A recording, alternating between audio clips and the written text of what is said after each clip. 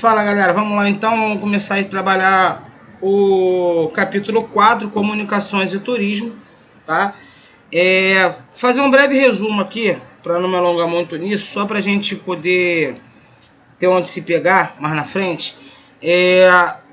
As comunicações, as comunicações a longas distâncias, elas começaram a se desenvolver, especialmente a partir das 3 revoluções industriais, tá? Onde as indústrias e os estados nacionais precisavam se comunicar, né? Até para poder vender seus produtos, né?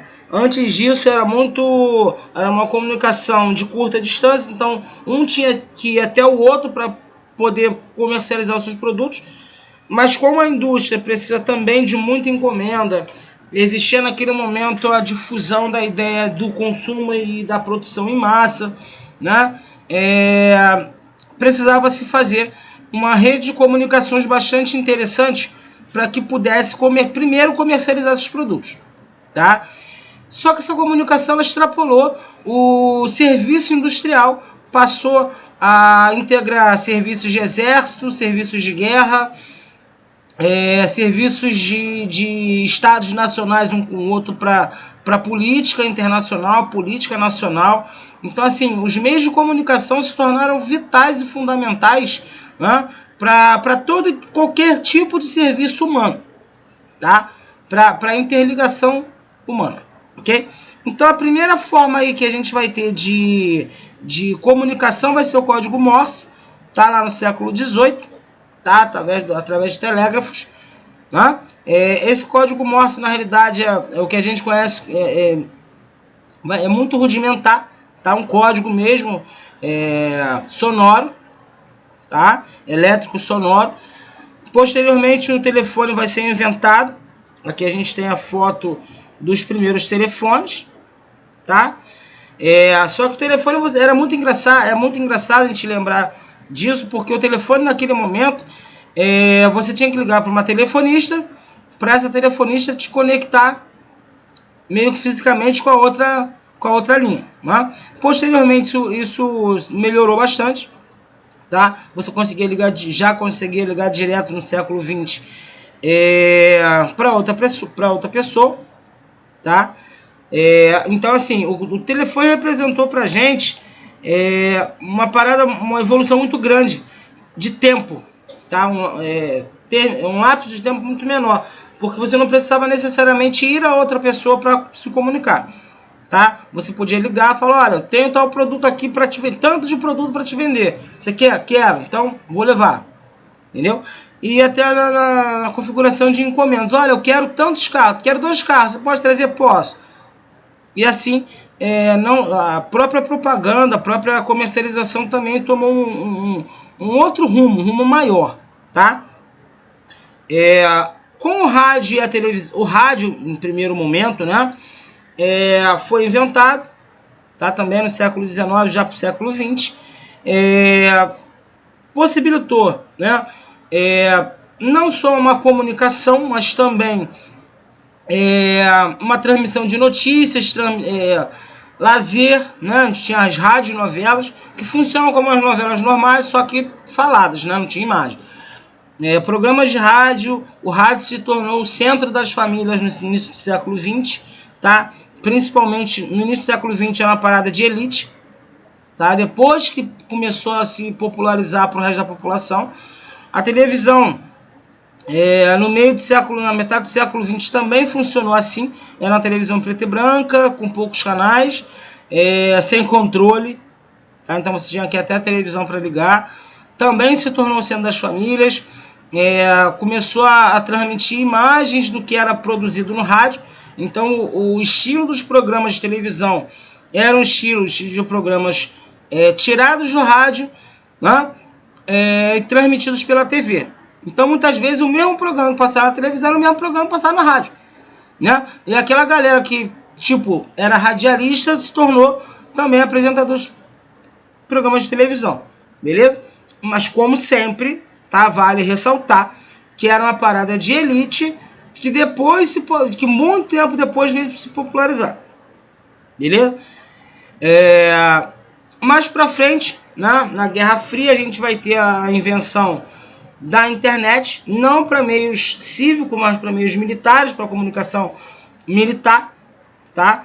E aí a gente tem os computadores sendo inventados nesse mesmo passo, né? Para modos militares.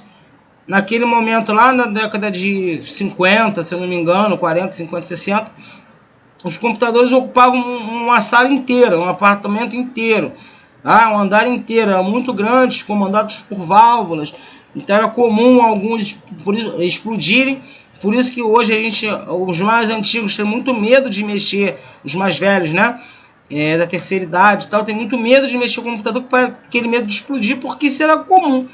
Tá? Eram válvulas, então de vez em quando uma válvula dessa estourava, queimava, dava um chabu danado. Hoje os computadores são muito seguros, não tem essa parada mais de explodir, né? Nem com sobrecarga elétrica acontece mais isso, tá? E a internet veio para meio que para amarrar tudo isso, tá? A internet ela surge muito rudimentar na década de 60 para ser uma comunicação militar, né? Ao longo dos anos ela começou a se popularizar. Na década de 90 a gente tem a internet chegando para uma gama maior de pessoas, tá? No mundo inteiro. Eu lembro que quando eu era moleque, tipo com 10 anos, 98, 97, era moda, né? Era moda, a internet muito ruim, de escada, né? A gente tinha alguns provedores de internet que você pagava o provedor para ele fazer a descagem no teu telefone. Era muito vagarosa, muito caro para você entrar ainda naquele momento. Então quem tinha computador entrava depois de meia-noite, que cobrava barato, depois de meia-noite às 5h59. Então a galera começou a popularizar de virar a noite na internet, né? Nos anos 2000 isso chega para mais gente. São criados os conceitos de lan house, né? Que eram lojas com muitos computadores, com acesso à internet de banda larga, onde as pessoas se reuniam para jogar, para acessar a internet, para baixar boleto, para fazer compras. Normalmente quem não tinha condição ainda de comprar um computador, que ainda era muito caro, um notebook que a gente compra hoje por R$1.500, R$2.000, né? Um bom notebook na época custava R$6.000, R$7.000. Um computador de mesa, que hoje já é um pouco mais obsoleto, né? Hoje é a era dos notebooks, a era dos smartphones. O computador era um pouco mais acessível. Um pouco mais acessível, a gente está falando de R$2.000, R$3.000. Né? Então, assim, a classe mais baixa não tinha acesso a esse tipo de informação, não tinha acesso a esse tipo de tecnologia. Hoje, qualquer um, né? Mesmo as camadas mais pobres, tem acesso ao telefone celular, tem acesso de repente a um computador. O financiamento desse maquinário está muito mais barato, tá? Você vai na Casa Bahia, você compra um notebook aí em 36 vezes e vamos embora, né? Pagando R$100 por mês, está tudo certo, né? Na minha época não tinha isso. Na minha época, para você comprar um computador, mesmo financiado, a parcela era muito alta. Então, quem tinha lan house, na época, quem tinha condições de comprar alguns computadores e abrir uma lan house, comprava carro zero, comprava casa, tirava onda na parada, tá? Em Maricá, na época, eu lembro, nessa época de anos 2000, entre 2000 e 2008, principalmente, se multiplicaram lan houses, tá? Você tinha algumas maiores e melhores, bonitas e tal, tinha outras menores, enfim. E a molecada virava a noite jogando, tinha o chamado viradão, que você entrava 10 horas da noite e saia 6 horas da manhã, você pagava um valor por isso, né? Esse aluguel das máquinas era por hora, então você pagava tipo, a hora é R$2,50, tu pagava R$2,50, tinha direito de ficar 1 hora. Aí tinha um sistema que quando acabava o tempo, a máquina desligava. Era difícil, tá? Os telefones eram muito menos tecnológicos, tá? Eu tive todos esses aparelhos aqui, ó, tá? Não o iPhone não, mas os equivalentes, né? Eu tive todos os telefones sem fio, não, aquele que bota na base. Eu tive um telefone celular que era desse tamanho aqui, mais ou menos, desses dois. Tive esses dois aqui, tive o de tecladinho. E a gente passa a ter os smartphones. tá? Que são máquinas inteligentes com muito mais integração, tá? Isso possibilitou a formação de uma aldeia global, tá? O que é uma aldeia global? Você ter acesso a culturas do mundo inteiro instantaneamente.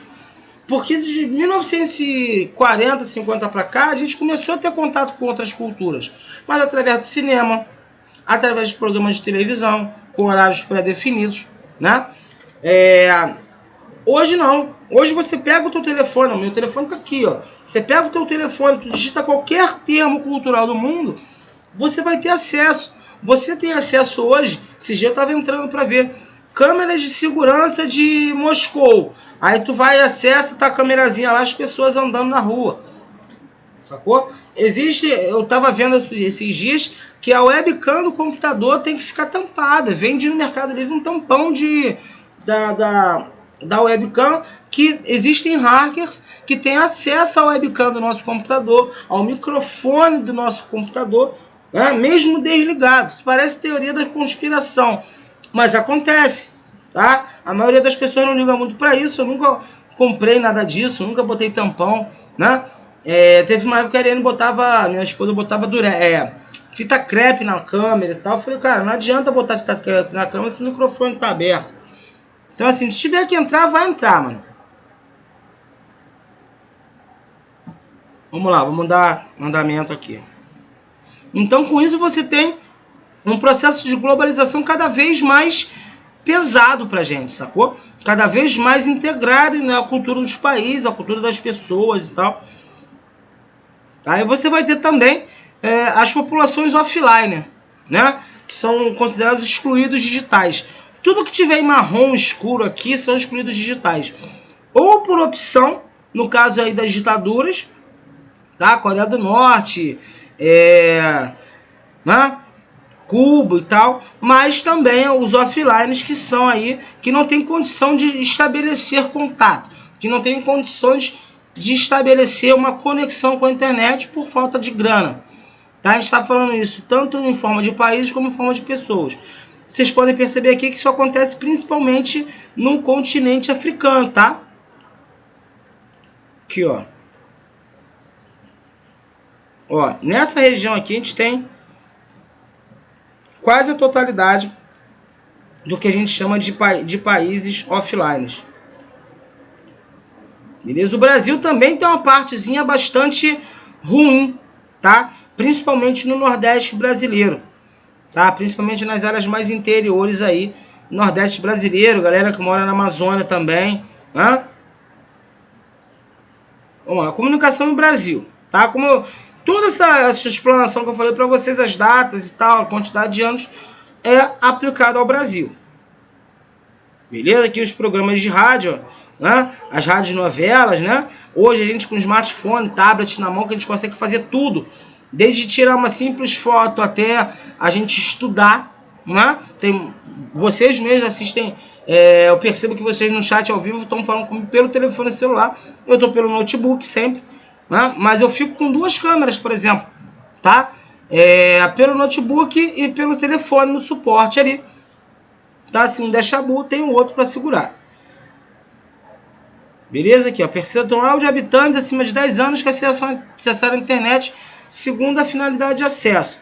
Então, enviar e receber mensagens de texto amarelo, conversar por chamadas o azul, acessar vídeos do professor Alex, lindo, maravilhoso, o verde aqui. Isso só vai aumentando, tá? Como de costume, o Sudeste, Nordeste e Sul tem a maior carga de dados.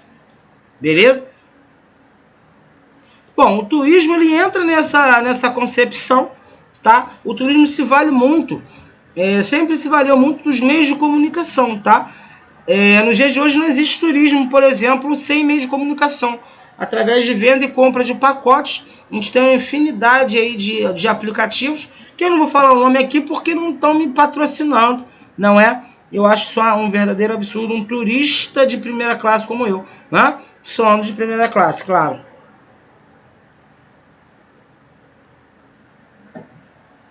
Vamos lá. Vou falar alguns dados aqui, tá?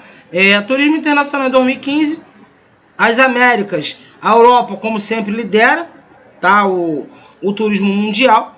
Beleza? Os Estados Unidos também tem uma receptividade de turistas muito grande. O Brasil também tem. Tá? O Brasil também tem.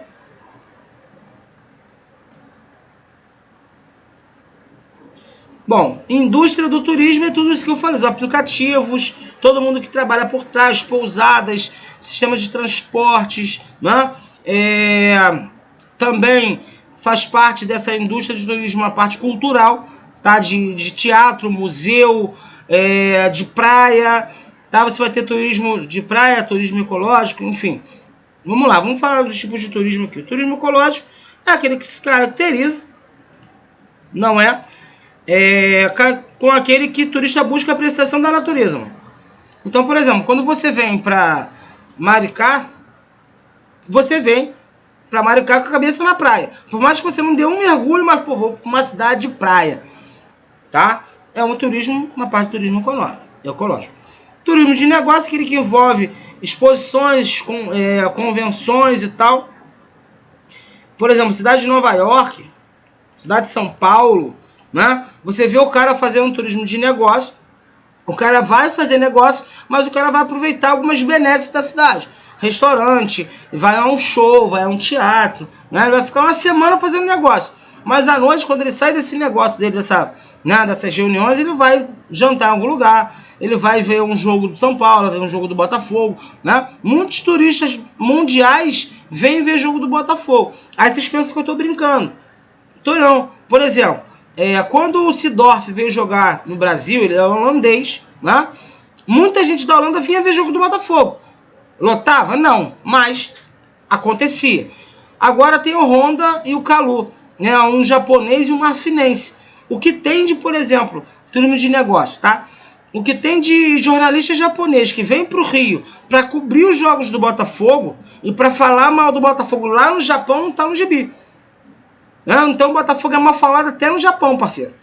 Pra você ver a moral do time. Ver como é que tá, o negócio tá zicado mesmo. Tá?